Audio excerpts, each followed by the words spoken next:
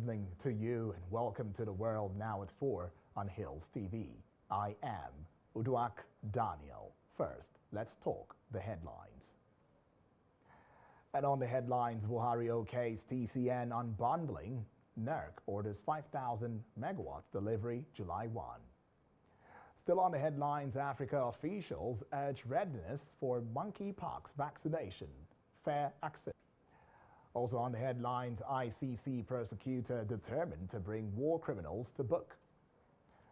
And on the international scene, Melbourne Grand Prix. Australian race on calendar until 2035. And now the news in detail.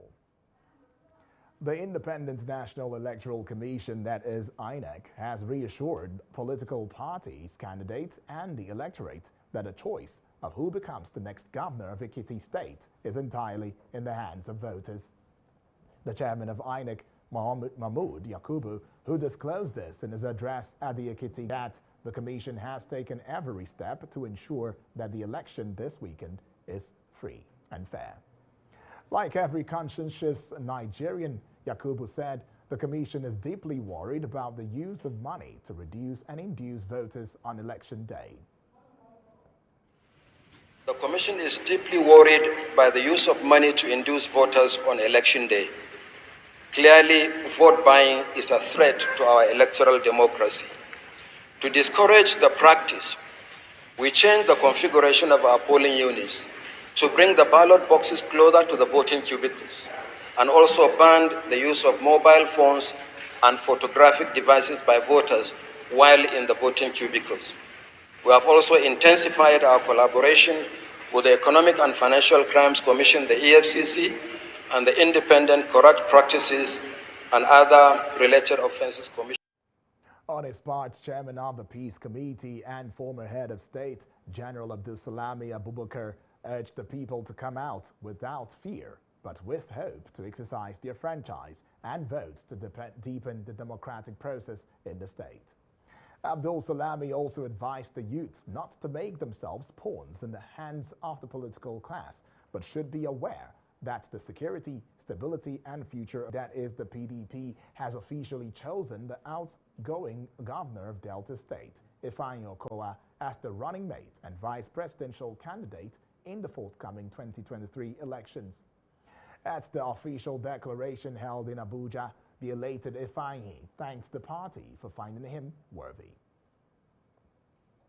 Okay, sorry, Mr. Chairman, I'm sorry. Friday I got so excited. And I'm just reminded that I'm not accepted. I'm wondering who would have failed to accept this kind of offer that has been made. I accept wholeheartedly. And in accepting so, I want to pledge that I'm going to stay loyal and committed to the cause of this battle, and it's the battle that God has gone ahead of us. God bless us all. While announcing his running mate, the presidential candidate of the party, Atiku Abubakar, eulogized Governor Ifeanyi Okowa. Let me therefore start this momentous journey with a crucial decision about who among the eminently qualified shortlists will be my running mate. Accordingly, let me state that the person I have chosen as my running mate possesses those identified qualities. He personifies not only the seriousness the current moment represents for our country, but also the future that our young people yearn for and also deserve. He is a serving governor who has demonstrated in the state and through his conduct that governance is about service to the people. I know that he will not only add excitement to our already energized campaign, but will also help to bring focus, discipline, and stability to our government come 2053. I am pleased therefore. The speculation and announcements brings an end to speculations that the outgoing governor of Rivers State, Rotimi Amechi, is the most suitable for the position. And now let's have you know that 4 suspects have been arrested in connection with the attack at Igama village, Okpoko local government area of Benue State. as suspected herders invaded the Igama community in the early hours of Sunday and killed 15 people and burned down all the houses in the community. A statement issued by the state command spokesperson Catherine Anene said the arrested unknown gunmen died as a result of an injury sustained while engaging security operatives who stormed their hideouts.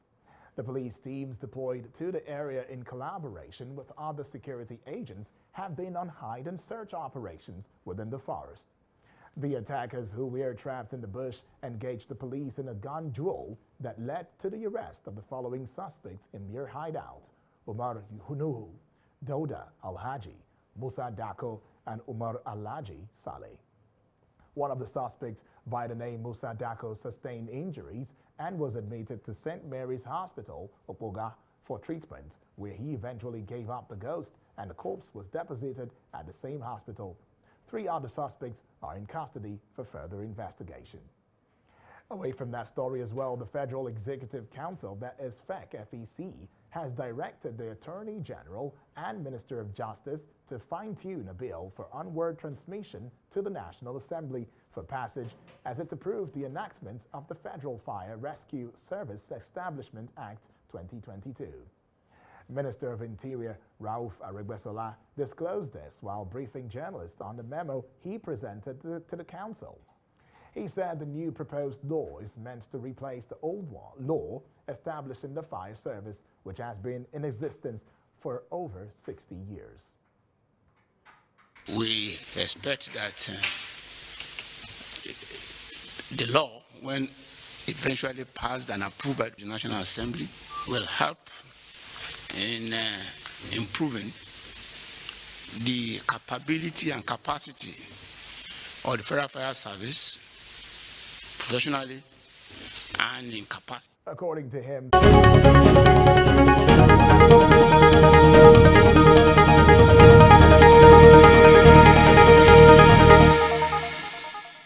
always a delight to have you back. This is Africa Today. This is The World Now at 4, beg your pardon, on Hills TV.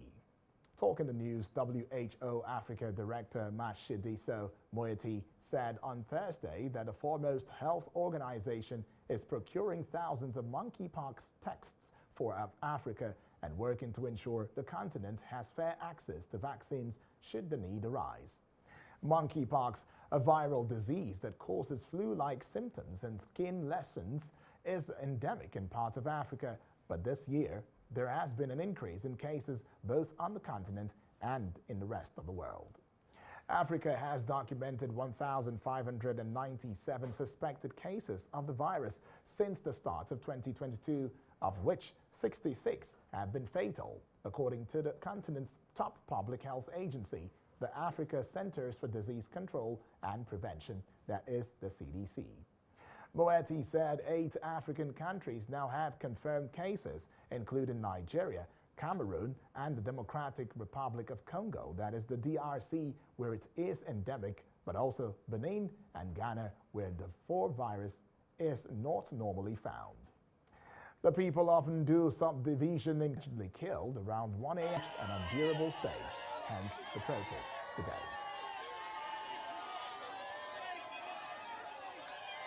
And now let's move away from that, and as a shift away from that, let's move to other parts of the world after this break.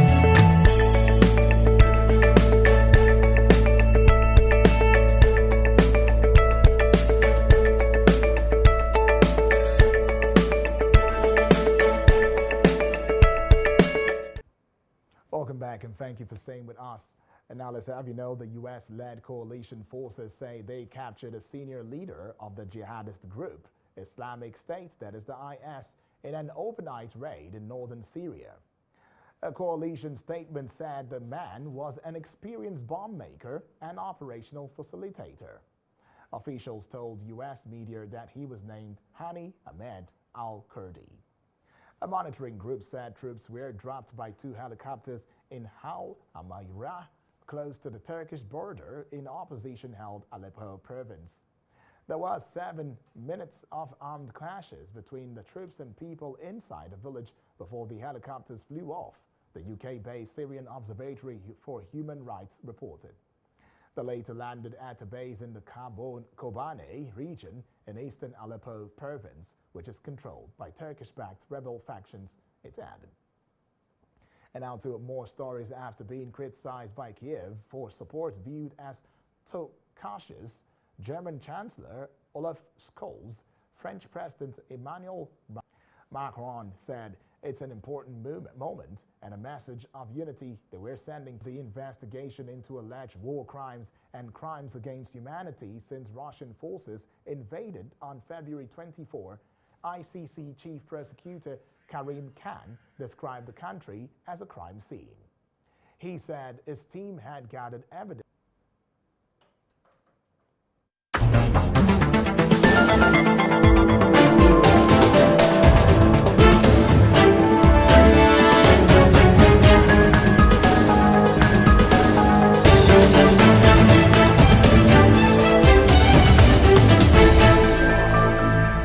And thank you for staying with us. Now this time is time out for business. Nigeria's President Muhammadu Buhari has approved and given his support for the unbundling of the transmission company of Nigeria, that is the TCN, the Minister of Power Aliyu Abubakar has said.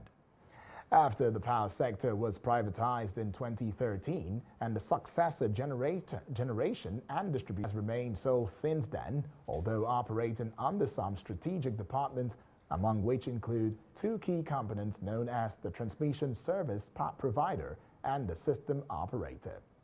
Industry experts and operators in other arms of the power value chain had often called for the unbundling of transmission company into its two key entities as the calls became loud following the incessant collapse of the national grid under the management of TCN. And now let's bring you some forex exchange matters. Nigeria's forex exchange reserve will fall in 2022 as the Central Bank of Nigeria, that is the CBN, plans to clear about $1.7 billion in FX backlog to foreigners and FX forward contracts, the World Bank has said. The global bank stated that the nation's reserves rose to $41.3 billion at the end of 2021, which offered it an opportunity for exchange rate adjustment. The bank said, boosted by higher oil exports, international monetary funds, special drawing rights allocation in August 2021, and a Eurobond issuance in September 2021, gross official reserves rose to $41.3 billion, which is 7.4 months of imports, at the end $5 billion in March 2022. However, gross FX reserves are projected to decline during 2022 as the CBN is expected to clear the FX backlog to foreigners estimated at $1.7 billion as of end October and FX forward contracts. And now let's bring you some business from Ghana. And have you know that Ghana's Ministry of Energy has admitted that the current persistent increments in fuel prices are a big challenge for them. Deputy Energy Minister William Owuraku Aidu, speaking on the floor of the Parliament on Wednesday, said even though the increase has been a change, they are working assiduously to address it, saying a worldwide phenomenon is happening. He pleaded with the public to hope that the steps taken by the government to address the increase in petroleum products will continue to afford the country enough supply of petroleum. In Chile, Chile's government is set to push forward its tax reform plans, including a bill on mining royalties, by the end of this month. A top cabinet member to Chile's President Gabriel Boric revealed that it is a legislation that could impact the ones where a key focus, essential to raising funds to pay for overhauling social programs from education to health. He added tax reforms was a necessary condition to make the changes 36-year-old Boric's leftist government had promised when he came into office in March, though a separate mining royalty plan that builds upon a bill currently making its way through Congress is also key. Still to come on The World Now at 4 is sports. Don't go away.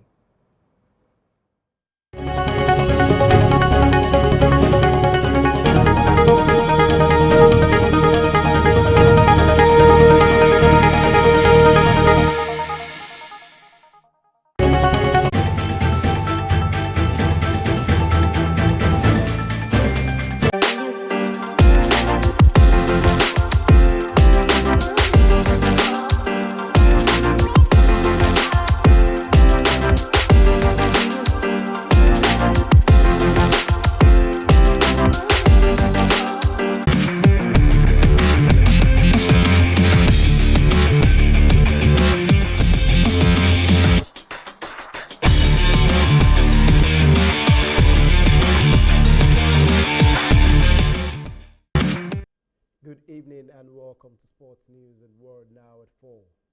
I am Daniel Obasi.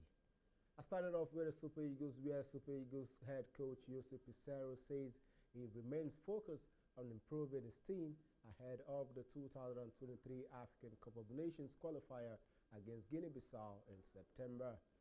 Pizarro led the Eagles to their biggest win in history on Monday when they trashed Minos, Sao Tome, and Principe 10-0 in the qualifying for the 2023 African Cup of Nations, surpassing the 10-1 triumph over Benin Republic in 1959. He insisted the team would get better games. The Eagles led the Group A by 6 points, 2 ahead of Guinea-Bissau, who had to settle for a 2-2 draw against Sierra Leone on Monday. Despite leading 2-0 early in the second half after a brace from Jorginho, Nigeria joined holders Senegal, Algeria, Burkina Faso, Mali, and Morocco with 2 wins from their first 2 qualifiers, with the next 2 rounds of matches scheduled by September. And over now to boxing, where Tyson Fury has revealed it will take a total cool of £500,000, that is £500 million for him to return to professional boxing. The JSP King insisted he was hanging up his gloves after knocking out Dillian White in Wembley in April. The WBC champ has left fans halfway being retired and saying he will return for a £200 million bout with Anthony Joshua, and making a U-turn on that to suggest he would only be interested in exhibition in sum of £500 million. And over now to Formula One, where Formula One has struck a new contract to race at the Australian Grand Prix in Melbourne until 2026. The deal is a 10-year extension of the existing contract, which has been due to expire in 2025. It would extend the race stay on the calendar to nearly 40 years.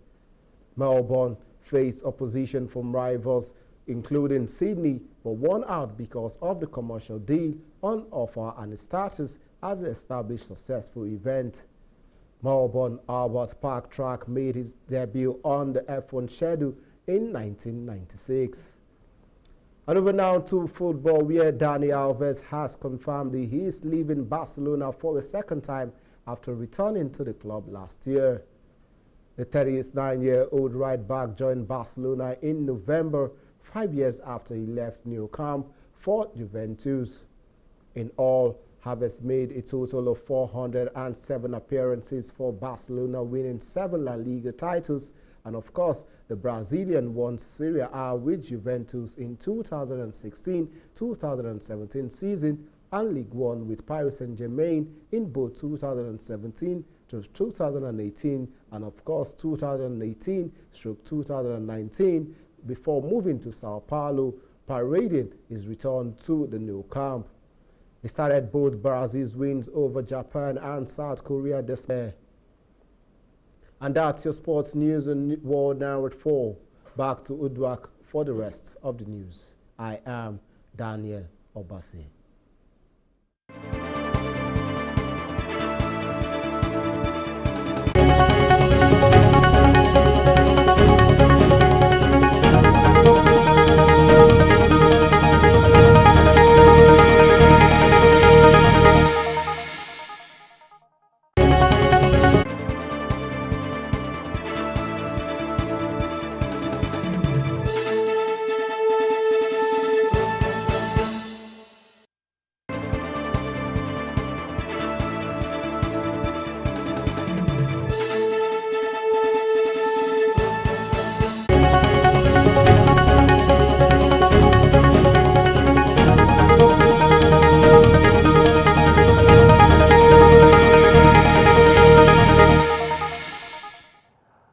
Many thanks, Daniel Obasi, for that one on sports. It does feel good to learn about that. Still in the news, firefighters in Spain have disclosed that 3 wildfires in Spain's Catalonia region reduced about 1,100 hectares, that is 2,700 acres of woods and bushes to ash on Thursday as a heat wave brought temperatures close to record highs in the area.